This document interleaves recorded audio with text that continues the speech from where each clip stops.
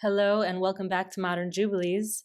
Today we're going to discuss a very important issue, and this is the issue of how Zionism and Judaism are connected to one another.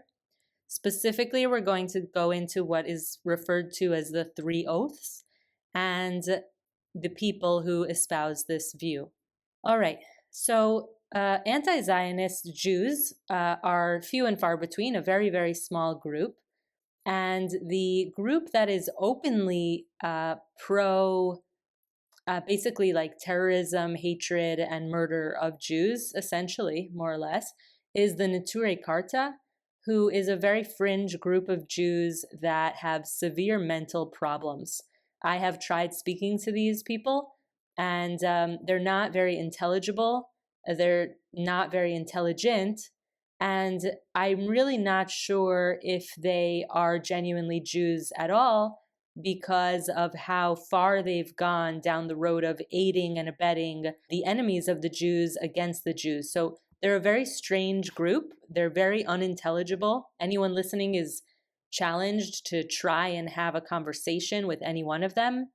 They're really a weird group. And, you know, every religion and every people and nation has its weirdos. And to all the Jews, especially Orthodox Jews and modern Orthodox conservative, the Neturei Karta are the not just weirdos, but like have severe mental problems. But when we get past that, they are being used very much as this anti-Jewish prop, and they are basing their ideas on a very, very fringe little quote within the Talmud. So in order to break apart this funny little quote that really has nothing to do with very much, we're going to go look at all the sources, the primary sources, because that's all we really do on this channel, is look at primary sources and discuss them and learn from them in their original languages. So the story begins in the Mishna of Ketubot. And Ketubot are part of the tractate of Nashim within the Mishnah. So Mishnah does have to do with Jewish law. And basically, generally in Jewish law, it's extremely important to be connected to Israel. Everyone's praying towards Israel. The idea is to live in Israel if you can. And these are just widespread throughout all of the prayers and texts. But there's only one place where there's even another opinion. And this is a fringe opinion, but it is brought as an opinion. And so in a way, the anti-Zionist Orthodox quote-unquote Jews bring this up as sort of the basis of their entire ideology. It's very strange, but I wouldn't want any innocent bystanders to fall prey to this. And so that's why I want to go through this. You know, innocent Muslims, innocent Jews, and innocent Christians alike can be exposed to this type of idea and fall for it and think that like religious Jews or Orthodox Jews are anti-Zionist. And that's very, very far from the reality. People who live in Israel and people who believe in the right of Jews to have their own country, there is only one Jewish state on the planet. And the people who believe in that right, that Jews should be able to have a state in their ancestral homeland, are technically called Zionists. And it's not a bad word, it's not a dirty word, but in terms of semantics, the enemies of Jews have twisted this idea of Zionism and created this whole like very dirty thing and very terrible thing. And then it becomes just an idea of semantics. So then it's just a word that you're fighting over, and fighting over words and meanings of words is really very uninteresting. But if we want to look at the Jewish ancient texts, that is very interesting here. And so we're going to look at the Mishnah. So the Mishnah is the first written down book that is a compilation of what was the oral Torah. So there is the written Torah, which is the Pentateuch, the Mosaic Law, the 5 books of Moses, and also the books of the Tanakh, the prophets' books, the holy writings books. But then there is the oral tradition, which for a very long time was forbidden to be written down. It was only after the second exile, the second destruction of the temple by the Romans, that the leaders feared that because of all this insane persecution, where up to 1.1 million people were killed in that fight with the Romans who held a siege around Jerusalem and destroyed Jerusalem. So Josephus, a historian at the time, writes that over 1 million people were killed in that war. If you want to call it a war, it's really a occupation or siege and destruction.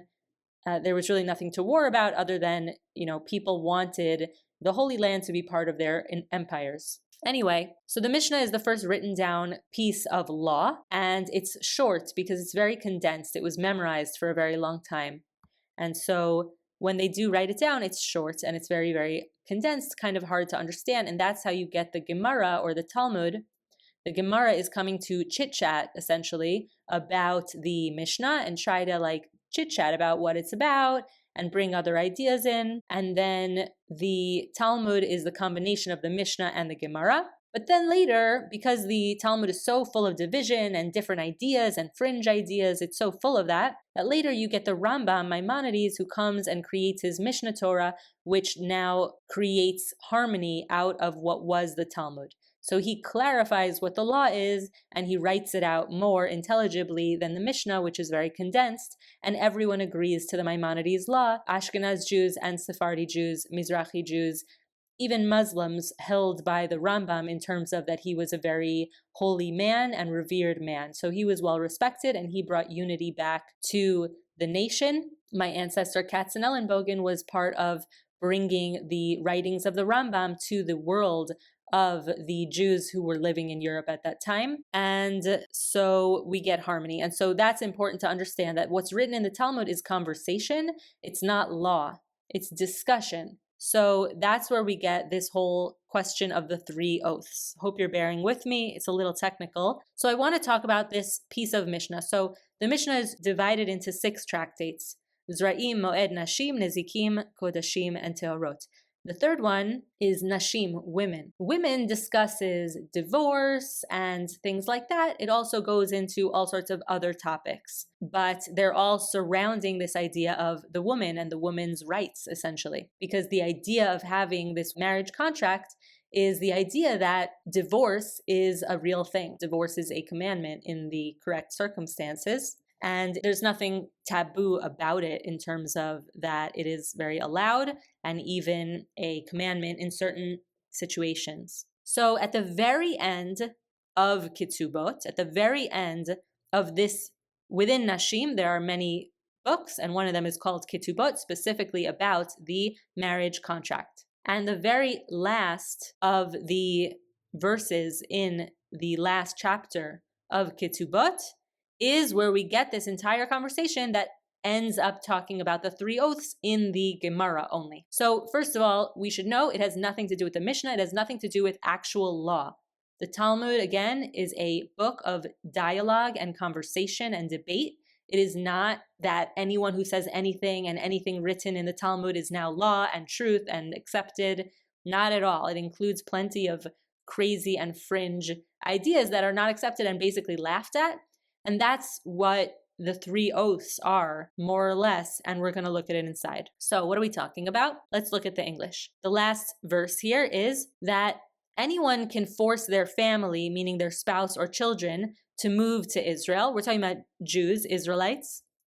One can compel their family or household to migrate to Eretz Yisrael, the land of Israel, but cannot remove from Eretz Yisrael. Meaning you can't force your family to leave Israel. Likewise, all may force their family to move to Jerusalem, but may not remove them from Jerusalem. So even if you say, we're all moving up north in Israel and I don't want to live in Jerusalem anymore, you can't force the family to leave Jerusalem.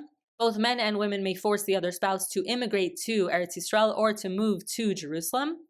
The Mishnah lists other halachic, which is Jewish law, distinctions between various geographic locations. If one married a woman in Eretz Yisrael and divorced her in Eretz Yisrael, and the currency of the sum in the marriage contract was not specified, he gives her the sum of the marriage contract in the currency of Eretz Yisrael. Okay, so now it's talking about how if you divorce, then what kind of currency do you give? But the entire conversation that's going to have to do with the 3 oaths is only about the idea of moving to Israel. One can force someone to move to Israel. One cannot force someone to leave Israel. And this is grounds for divorce. And in a woman's case, if she, for example, refuses to move to Israel from outside of Israel, then the husband does not even have to pay her the money that he would have had to pay her if they just divorced regularly according to their marriage contract, which is in effect some sort of divorce contract. That's what the Ketubah really is. It's a marriage contract, which is technically all about, if it doesn't work out, here's what I'll pay you, and here's what I must do in order to keep this marriage, etc. So the Ketubah in general is really nice, and it's an ancient women's rights kind of document, but that's all we have from the Mishnah. So again, nothing to even hint that you're not allowed to move to Israel. Adrabah, the opposite. If you want to move to Israel, then your family must come with you. You can force people to move to Israel or to Jerusalem, and not the opposite. So Jerusalem and Israel are always held throughout all the prayer books, throughout all the holy books, throughout all of the documents and the texts. Israel and Jerusalem are at the very, very core of Jewish life and Jewish thought and Jewish law in many ways. All right, now we're going to Ketubot. Ketubot is exactly what we just did. We did Mishna Ketubot, the Mishnah, and now we're going to the Talmud of Ketubot. And this includes the Mishnah and the Gemara. Okay, so Tanu Rabbanan. So now we're going to start a little bit earlier than where the part of the 3 oaths come in, because I want you to have the context, because without the context, it's nothing. It's just propaganda. All right, let's go to the English. The sages teach a person should always you should always live in Israel, even in a city that is mostly populated by Gentiles, rather than living outside of Israel in a city that is mostly populated by Jews, meaning it's so important to live in Israel. The reason is anyone who lives in Israel is considered as one who has a God, and anyone who resides outside of Israel is considered as one who does not have a God, as it is stated, to give to you the land of Canaan to be your God. So this idea of bringing in quotes is very normal in the Talmud and in commentary, which is what Talmud kind of is. It's commentary. And so it's bringing in these quotes that people used to have memorized. That was their entire life. They had the Mishnah memorized. They had the Torah memorized, because it wasn't so easy to have things written down as it is today. Not only not written down, but we have it all on the internet. So things are very different now than they were then. And the Mishnah and the Talmud are from, 2,000 years ago, written down 1,500 years ago plus. So these are very old documents. So here's the idea: to give to you the land of Canaan to be your God. So they're bringing this in as an idea of, if you're not in Israel, it's like you don't have a God. Obviously, that's not exactly true, but they're bringing this in as part of a conversation. I want you to understand that this isn't law. This is dialogue. Okay. The Gemara expresses surprise. Can it really be said anyone who lives outside of Israel has no God? Rather, this comes to tell you, anyone who lives outside of Israel is considered as though he is engaged in avodah zarah, idol worship. So it says with regard to David, "For they have driven me out this day that I should not cleave to the inheritance of God, saying, go serve other gods. But who said to David, go serve other gods? Rather, this comes to tell you, anyone who lives outside of Israel is considered as though he's engaged in idol worship." So they're coming up with this conversation about how important it is to live in Israel. Those who don't live in Israel, it's as if they have no God. It's as if they're doing idol worship. That's the conversation they're having. That's where this whole 3 oath things is going to come up within. So look how important this context is, because Israel is extremely important to the Jewish people. However, this is dialogue. This is not law. No one is actually saying that if you live outside of Israel, it's as if you are worshiping idols, therefore you're worthy of death.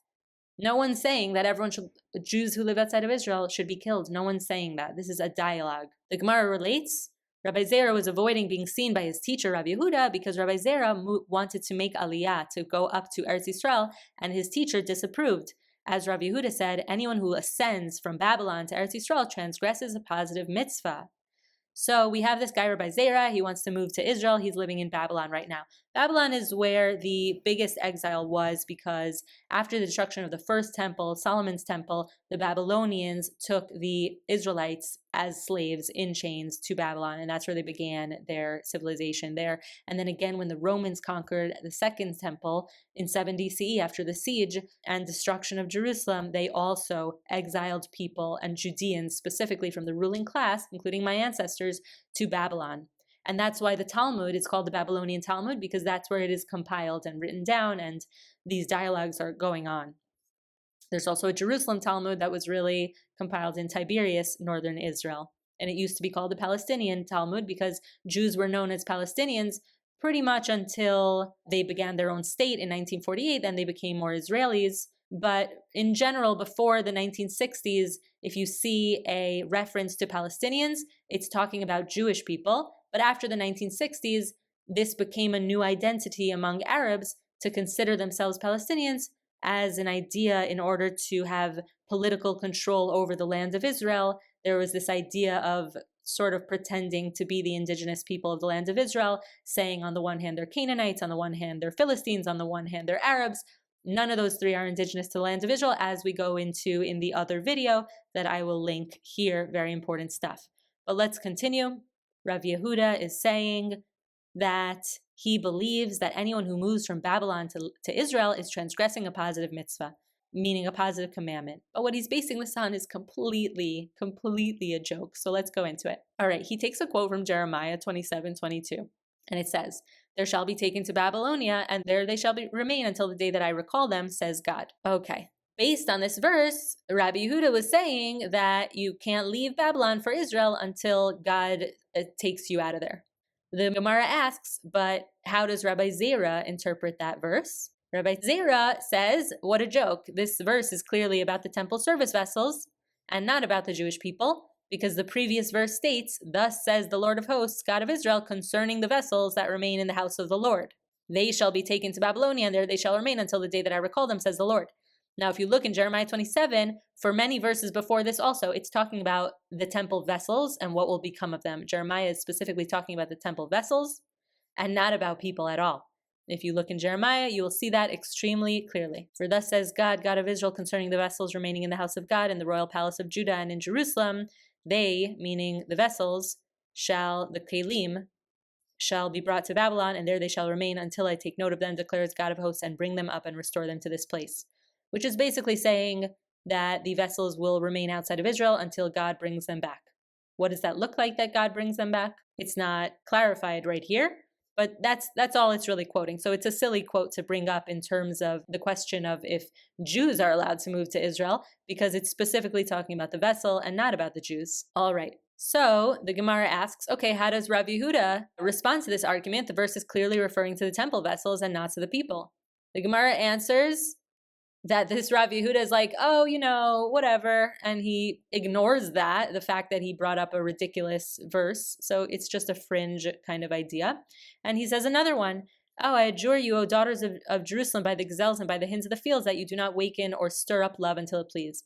Now, Song of Songs is a poem that is written by King Solomon about a love story between a man and a woman. And according to Jewish tradition, it is also about a love story between God and the nation of Israel. But in no way is it about the idea of moving to Israel or not. And in no way can the Song of Songs on any planet be considered a book of law. It is very much a poem and very much a beautiful love story. And while it is deep and there are beautiful layers within it to read into it, in no way is it a book of law. Rabbi Zera says, okay, so he brings up this fringe verse in Song of Songs pretending that means something. Let's see. Rabbi Zera maintains the oath mentioned in that verse means Jews should not ascend to Israel as a wall, meaning en masse, but not just en masse. As a wall means with great strength. As a wall, like a wall of strength. And that's what Rashi says as well, as a wall of strength, but little by little. And another one, that God adjured the Jews that they should not rebel against the rule of the nations of the world. And the last one is that the Holy One, blessed be He, adjourned. So basically, there are these three oaths that they're pretending are oaths are the three verses in the Song of Songs that say the same exact thing. These are 3 times that it says the same thing, and it's within a poem about a love story between a man and a woman that King Solomon wrote. And so the idea that this is some sort of law is wild and absolutely insane.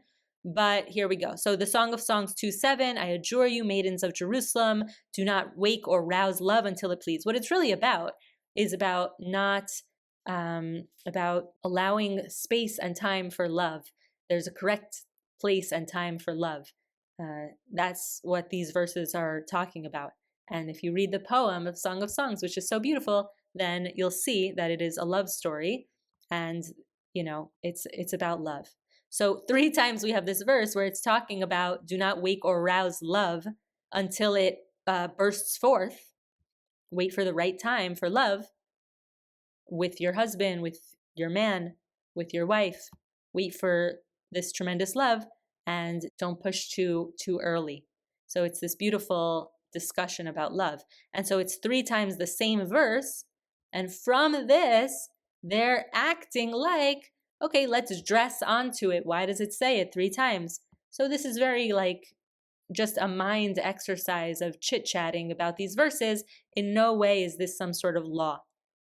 Okay, so here's this idea, and the idea is, oh, why does it say it 3 times that we shouldn't push love before it's ready?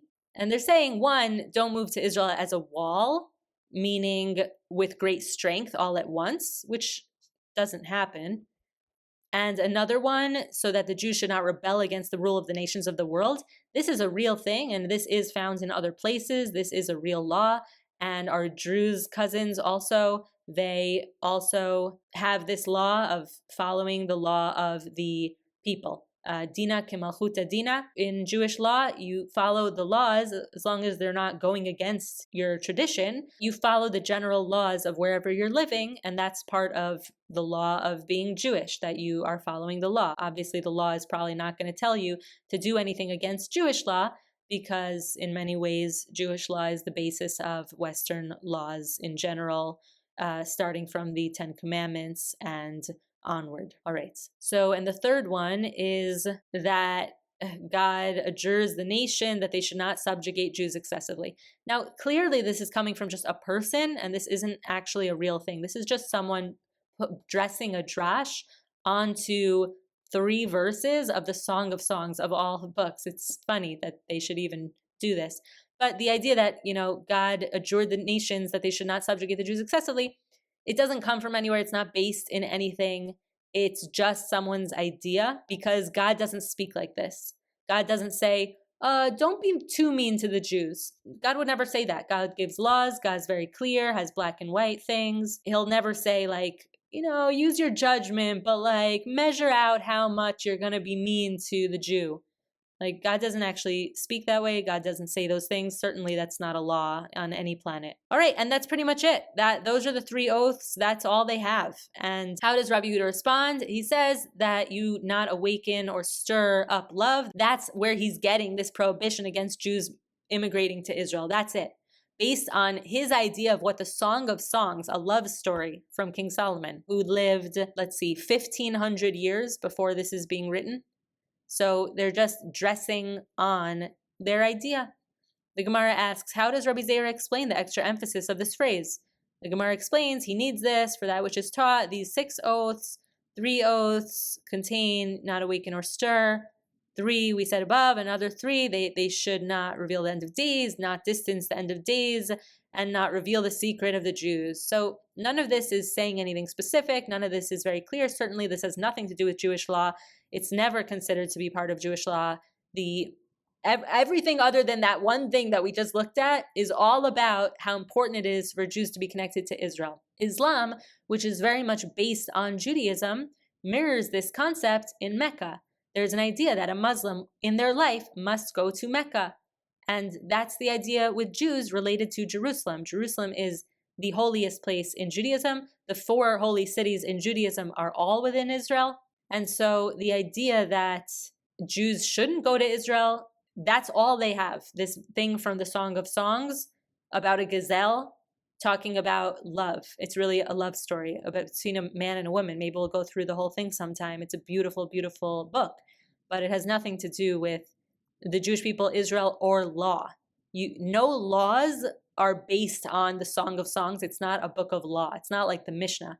And the Mishnah has nothing about not going to Israel whatsoever. Only the opposite does it have. All right? And it goes on to pretty much other things and how important it is to be buried in Israel and etc., etc. So that's all we have here. And in the 3 oaths document, we looked at these 3 Song of Songs verses that all say the exact same thing, which is basically do not wake or rouse love until it pleases. Don't push love until it's ready. It's actually a beautiful verse. It just has absolutely nothing to do with what they're saying. Okay, so these are the 3 quote-unquote oaths, and the 3 oaths are just these 3 verses in Song of Songs. And they're pretending that, why does it say it 3 times? oh, let me tell you why it says 3 times. One for this, one for this, one for this. It's just somebody's idea that's being recorded in the Talmud, because that's what the Talmud is. It's a recording of people chit-chatting, people talking. It's not like, for kosher, right?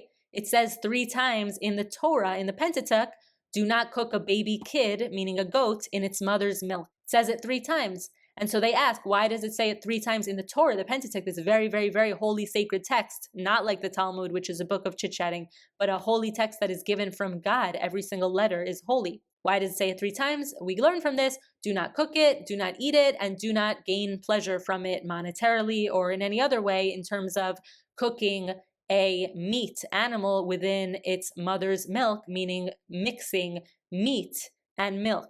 That's why Jews don't eat meat and milk. So there is this idea of looking into texts and gaining traditions from it, but it's not done with the Song of Songs, certainly not in terms of law. That's all you really have. And then you have later commenters who say that everyone should move to Israel, but not with force. But this is also not applicable for the land of Israel anyway, because now we have to talk about what happened at the time of the founding of Israel. All right, so we're going to look at this. This is about Jewish refugees from Arab Muslim countries, but this is just to illustrate the point, okay? So now we're going to talk about how was it that the state of Israel was born. The state of Israel was born after the Holocaust, in which 6 million Jews and millions of others as well were gassed to death in concentration camps and killed. This is a very real thing that occurred. 6 million Jews were killed in the Holocaust, and so the refugees after the Holocaust had nowhere to go. Their entire lives had been completely demolished. The non-Jews had taken over their homes, taken their property. They had nothing. They had no one. A lot of the survivors survived as the sole people in their families. 2/3 of European Jewry was wiped out in the Holocaust. 1/3 remained, many who had fled before, but some who had survived. And so they had nowhere to go. America was not just open for whoever wanted. It was very difficult to get into America. You had to know someone who was willing to sponsor you and pay money for you.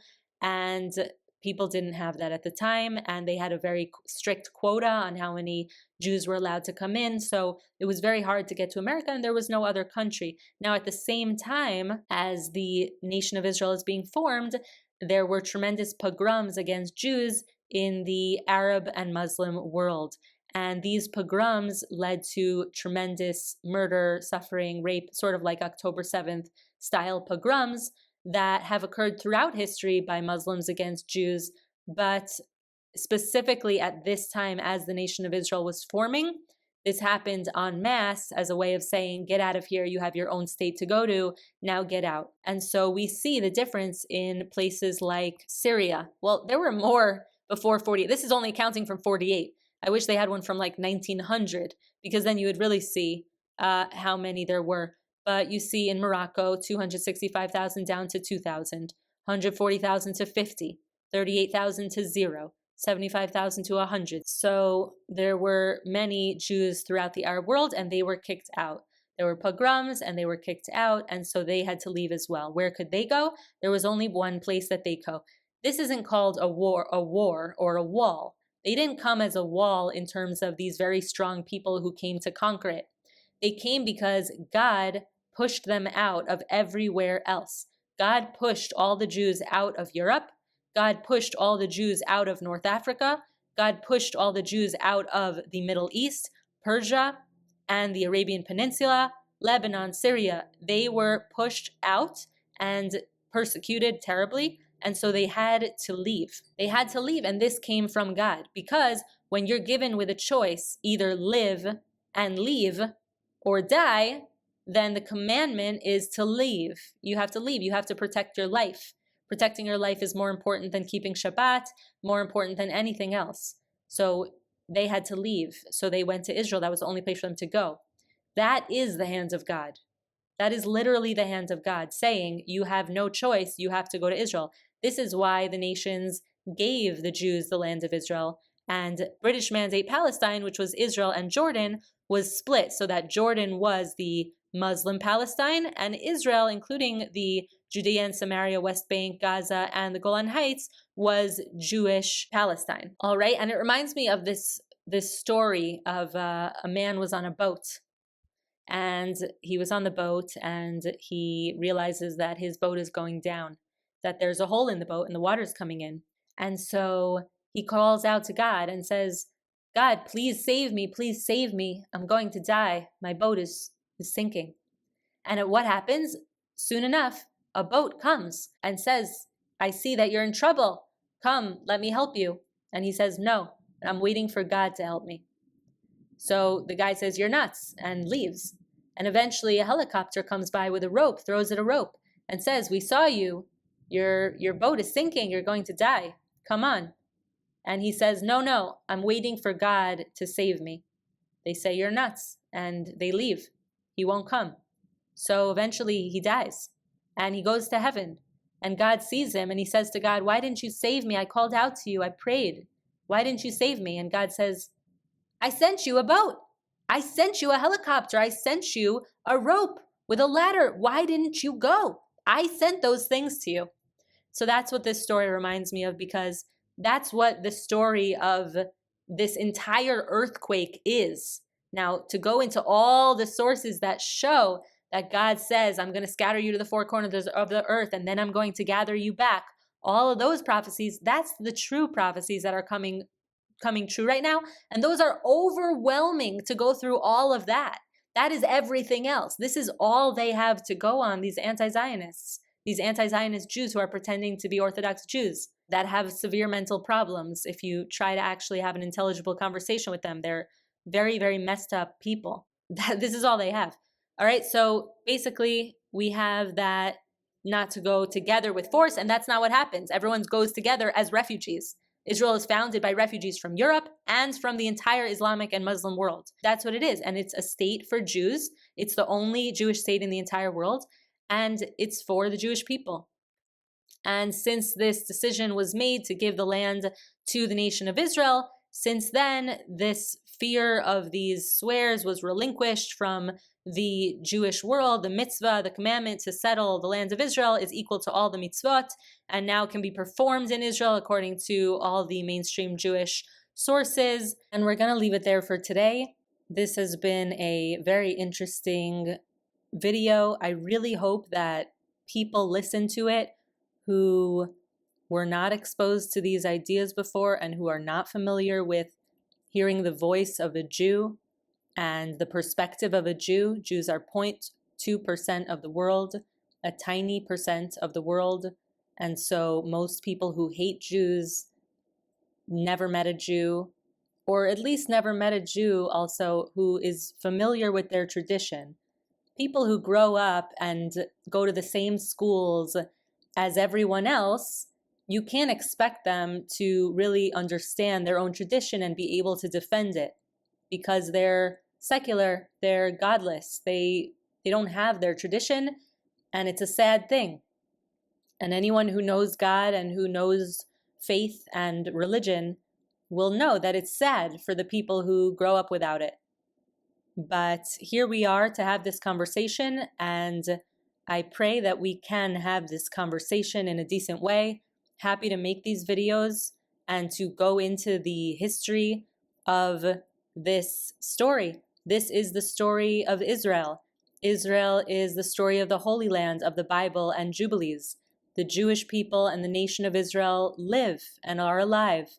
And yes, some are secular and not familiar with their tradition, and that's sad. So I would hope that our cousins, the Muslims, would help to familiarize the Jews with their own tradition and with God. There is only space and room and endless possibility for Jews and Muslims and Christians and Hindus, everyone, for people to get together and know that God is one, to have faith and to believe in the Bible. These are foundational things that should be the ABCs of actual education. And it's sad what the state of education is and the state of the world. People of faith should be able to join together. People who know God and love God should be able to join together, because The little differences within the religions are debatable. But at the end of the day, there is something that unites people of faith, and that is the knowledge of God. And that is my favorite prophecy, which is that in the end of days, the knowledge of the glory of God will flow in this world as water covers the sea. And so may we live to see that time and live to see a time of peace for us all. Sending many blessings to all of you listening, wishing you all the very best. This is Modern Jubilees, and we'll see you next time.